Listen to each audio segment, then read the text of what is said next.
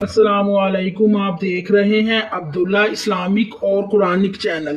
عبداللہ Islamic اور Quranic channel میں جو سورۃ البقرہ کی آیت نمبر 34 ہے اس کو ہم نے ہاف پڑھا تھا، باقی جو رہ گئی ہے آیت اس کو آج ہم تجوید کے ساتھ پڑھیں گے۔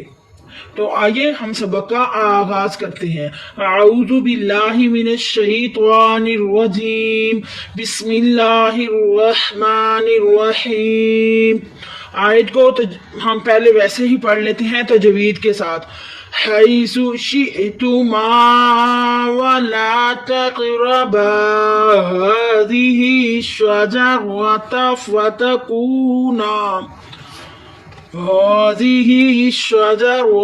فتكونا من الظالمین۔ ایک ایک لفظ کی تجوید کرتے ہیں۔ ہا کے اوپر زبر ہے، ہا کو بغیر کھینچے پڑھیں گے، مگر ہا کا جو لفظ ہے نا وہ حلق سے ادا کرنا ہے، حلق سے اس کی ہا کی آواز نکلے گی۔ اس ہا کو اور اس ہا کو الگ الگ مخرج سے ادا کرنا ہے، اسی کا نام ہی تجوید ہے۔ اس کا الگ مخرج ہے ادا ہونے کا اور اس کا الگ مخرج ہے ادا ہونے کا۔ یہ ہا ہے جو اس کو آپ نے حلق سے ادا کرنا ہے۔ یا ساکن ہے، ساکن حرف ہمیشہ ایک دفعہ پڑھا جاتا ہے، یا کا لفظ حرف توجیہ کی طرح ہی پڑھا جائے گا۔ اس دونوں ہا کو جب یا کے ساتھ ملایا تو لفظ بنا ہری، بغیر کھینچے پڑھے سا کے اوپر پیش ہے، سو بغیر کھینچے پڑھیں گے، مگر سا کا لفظ جو ہے وہ نرمی کے ساتھ ادا کرنا ہے۔ نرمی کے ساتھ ادا کرنے کا طریقہ کار یہ ہے کہ آپ اپنے اوپر والے دانتوں کو زبان کی آخری والی ٹپ کے ساتھ لگائیں گے نا تو جو سا ہے نا وہ نرمی کے ساتھ، شین کے نیچے زیر ہے، شی بغیر کھینچے پڑھیں گے، شین کی آواز پھیلتی ہوئی محسوس ہوگی۔ آگے چلتے ہیں تو حمزہ ساکنہ ہے، ہمیں اچھا یاد رکھیں کہ حمزہ ساکنہ کو جھٹکا دے کر پڑھتے ہیں۔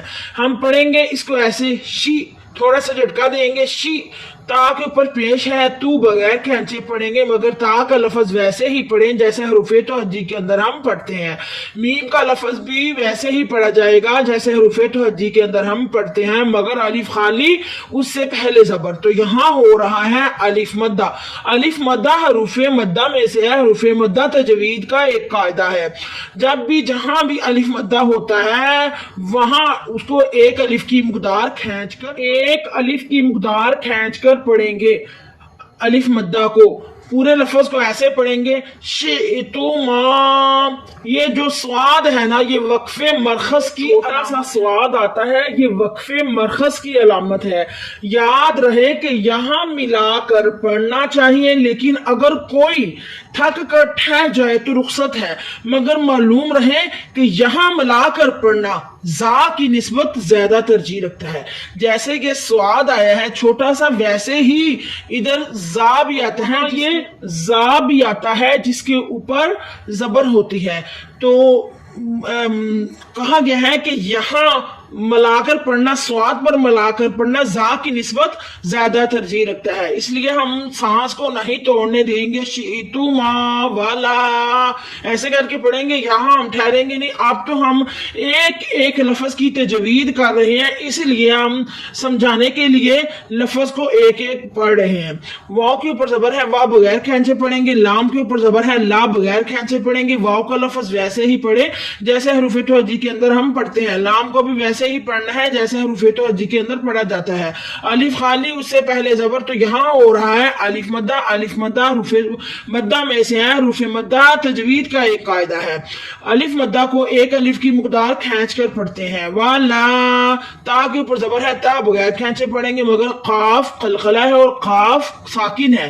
ساکن حرف ہمیشہ ایک دفعہ پڑھا جاتا ہے۔ تا کو قاف کے ساتھ جب ملائیں گے تو لفظ بنے گا تاق۔ قاف حروف مقطعات میں سے ہے۔ حروف مقطعات کیا ہوتے ہیں؟ حروف مقطعات وہ حروف ہیں جو کہ موٹے ہوتے ہیں. را کے اوپر زبر را بغیر کھینچے پڑیں گے، را کو موٹا یعنی پر پڑیں گے. وَلَا تَقْرَ با کے اوپر زبر ہے، با بغیر کھینچے پڑیں گے، با کا لفظ ویسے ہی پڑھیں جیسے حروف توجیہ کے اندر ہم پڑھتے ہیں. الف خالی اس سے پہلے زبر تو یہاں ہو رہا ہے الف مدہ. الف مدہ کو ایک الف کی مقدار کھینچ کر پڑھنا ہے. وَلَا تَقْرَبَا ہا کے اوپر کھڑی زبر ہے، کھڑی زبر کو ایک الف کی مقدار کھینچ کر پڑھنا ہے. اس ہا کی آواز آپ نے سینے سے نکالنے کی کوشش کرنی ہے. زال کے نیچے زیر ہے، زی بغیر کھینچے پڑھیں گے، مگر زال کا لفظ نرمی والا حرف ہے، اس کو نرمی کے ساتھ ادا کریں. غازی ہا کے نیچے زیر ہے، ہی بغیر اگر ہم یہاں کریں گے حمزۃ الوصل، حمزہ کو ہم حذف کر دیں گے، ختم کر دیں گے اور ہا کو شین کے ساتھ ملائیں گے. شین پر شد ہے، مشدد ہے. شین شد والا حرف ہمیشہ دو دفعہ پڑھا جاتا ہے، ایک دفعہ اپنے سے پچھلے متحرک حرف کے ساتھ ملا کر، ایک دفعہ اپنی حرکت کے مطابق پڑھا جائے گا. لفظ بنے گا شین کی آواز پھیلتی ہوئی محسوس ہوگی آپ کو. جیم کے اوپر زبر ہے، جا بغیر کھینچے پڑیں گے، جیم کا لفظ ویسے ہی پڑھے جیسے حروف توجیہ کے اندر ہم پڑھتے ہیں. را کے اوپر زبر ہے، را کو بغیر کھینچے پڑھے، را کو موٹا یعنی پور پڑھیں گے. تا کے اوپر زبر ہے، تا بغیر کھینچے پڑھے، تا کا لفظ بھی ویسے ہی ادا کریں جیسے حروف توجیہ کے اندر ہم تا کو پڑھتے ہیں. راتا فا کے اوپر زبر ہے، فا بغیر کھینچے پڑھیں گے. تا کے اوپر زبر ہے، تا بغیر کھینچے پڑھیں گے. دونوں لفظ ہی ویسے پڑھیں جیسے حروف توجیہ کے اندر پڑھے جاتے ہیں.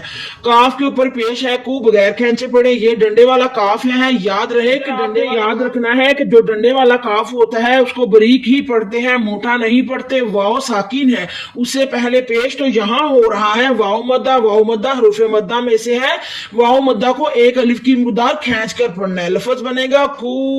نون کے اوپر زبر ہے، نہ بغیر کھینچے پڑیں گے، مگر الف خالی اس سے پہلے زبر یہاں ہو رہا ہے الف مدہ. الف مدہ کو ایک الف کی مقدار کھینچ کر پڑھیں گے اور نون کا لفظ ویسے ہی پڑھے جیسے حروف توجیہ کے اندر ہم پڑھتے ہیں. فاتا کو نا میم کے نیچے زیر ہے، می بغیر کھینچے پڑھیں گے. نون کے اوپر زبر ہے، نہ بغیر کھینچے پڑھیں گے. میم کا لفظ بھی ویسے ہی پڑھے جیسے حروف توجیہ کے اندر پڑھتے ہیں. نون بھی ویسے ہی ادا ہوگی جیسے حروف توجیہ کے اندر دا ہوتی ہے. یہاں کریں گے ہم حمزۃ الوصل، حمزہ کو ہم الف کو کر دیں گے حذف، نون کو ملائیں گے زوا کے ساتھ، کیونکہ زوا مشدد ہے. مشدد والا حرف دو دفعہ پڑھا جاتا ہے، ایک دفعہ اپنے سے پچھلے متحرک حرف کے ساتھ ملا کر، ایک دفعہ اپنی حرکت کے مطابق پڑھا جائے گا. زوا یہ حروف مقطعات میں سے ہیں. حروف مقطعات وہ حروف ہوتے ہیں، 6 حروف ہیں حروف مقطعات کے، وہ سب کے سب موٹے ہوتے ہیں اور زوا بھی ان میں سے ہے. زوا کو بھی آپ نے موٹا ہی پڑھنا ہے. مین زوا.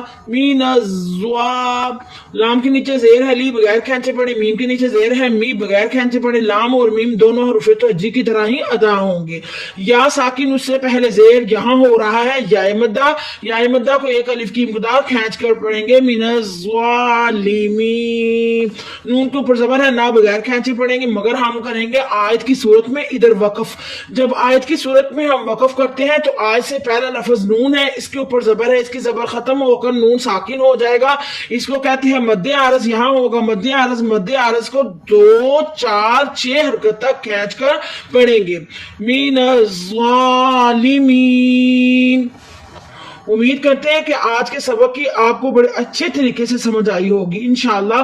اگر آپ کو ہماری ویڈیو پسند آ رہی ہے تو آپ چینل کو سبسکرائب ضرور کر دیا کریں. سبسکرائب کرنے کا آپ کو یہ فائدہ ہوگا کہ ہمارے آنے والی قرآنی تجوید کی نئی ویڈیو آپ تک بآسانی پہنچ جائے گی انشاءاللہ. اور زیادہ سے زیادہ شیئر کر دیا کریں، تمام مسلمانوں کا فائدہ ہو، تمام مسلمان تجوید کے ساتھ قرآن پاک پڑھنا شروع کر دیں انشاءاللہ. اللہ مجھے حق کہنے کی اور آپ کو حق سننے کی توفیق عطا فرمائے. سبحان ربک رب العزت عما یصفون والسلام علی المرسلین والحمد للہ رب العالمین. بہت شکریہ. خدا حافظ.